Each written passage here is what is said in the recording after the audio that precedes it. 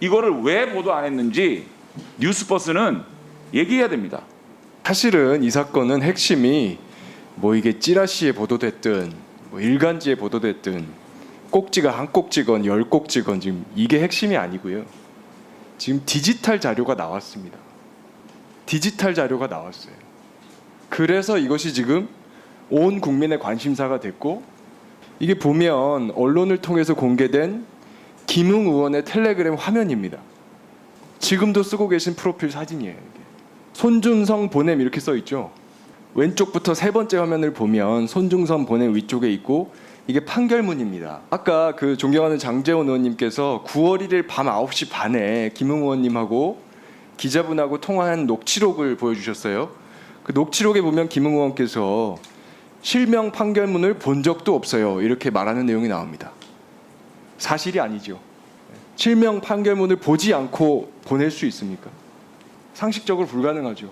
텔레그램으로 받아서 보냈는데, 그랬다는 디지털 자료가 나왔는데 보지 않았다. 사실이 아니죠. 이것이 만약에 사실이려고 하면 유일한 가능성은 이게 조작됐어야 됩니다. 그죠? 이 화면이. 그럼 조작됐을 가능성이 얼마나 됩니까, 이게 지금? 우리가 조작됐으라고 본다고 하면 그럴 만한 특별한 사정이 있어야 되지, 그거에 대한 이야기는 전혀 없어요. 확인하시면 방폭파. 지금 이 김웅 의원께서 보내신 메시지 내용입니다. 이게 디지털 자료가 이렇게 그대로 있어요.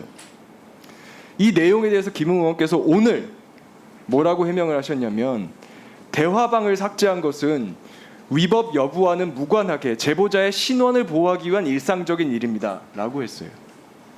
제보자의 신원을 보호한다. 손준성 본인입니다. 손준성이라고 하는 사람의 신원을 보호한다는 거예요.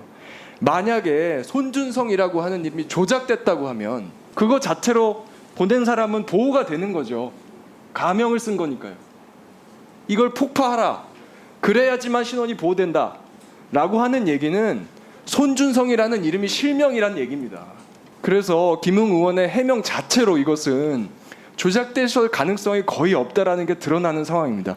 물론 여기서 제가 곁다리로 하나 말씀드리자면, 공익제보 이야기가 자꾸 나옵니다만, 조직 내부의 비리를 불이익을 감수하고 용기 있게 제보하는 겁니다. 조직의 힘으로 남을 괴롭히는 일에 사용하는 게 공익제보라는 이름이 아니에요. 이런 상황에서 동원될 수 있는 이름이 아닙니다. 자꾸 고발사주라는 말이 나오는데, 이 사건의 본질이 뭐냐? 총선 개입 시도입니다. 이 사건이 일어날 당시는 2020년 4월 초입니다. 4월 15일 총선을 바로 2주 남긴 시점이었어요. 4월 2일은 특히나 선거운동이 시작된 이후예요. 4월 3일이면 선거운동 다음 날이죠. 네. 정치적 중립의무가 없는 대검의 검사가 그중에 기호 2번 후보에게 기호 1번과 기호 12번을 공격할 수 있는 고발장을 준다. 이게 있을 수 있는 일입니까?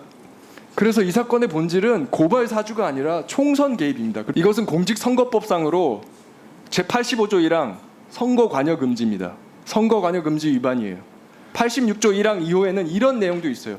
공무원은 선거운동의 기획에 참여하거나 그 기획의 실시에 관여하면 안 됩니다. 특정한 후보의 당선이나 당선이 되지 않게 하는 데 기여하는 모든 행위가 선거운동입니다.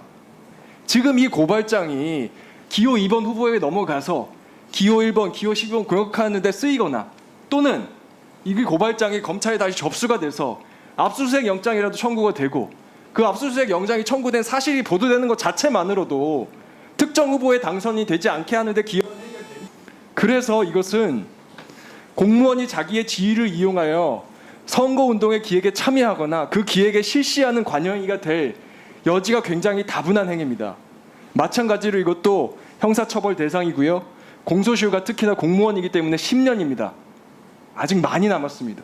사실 저도 제가 법무검찰개혁위원회 위원 활동하면서 수사정보정책관실 위협성에 대해서 얘기를 했습니다.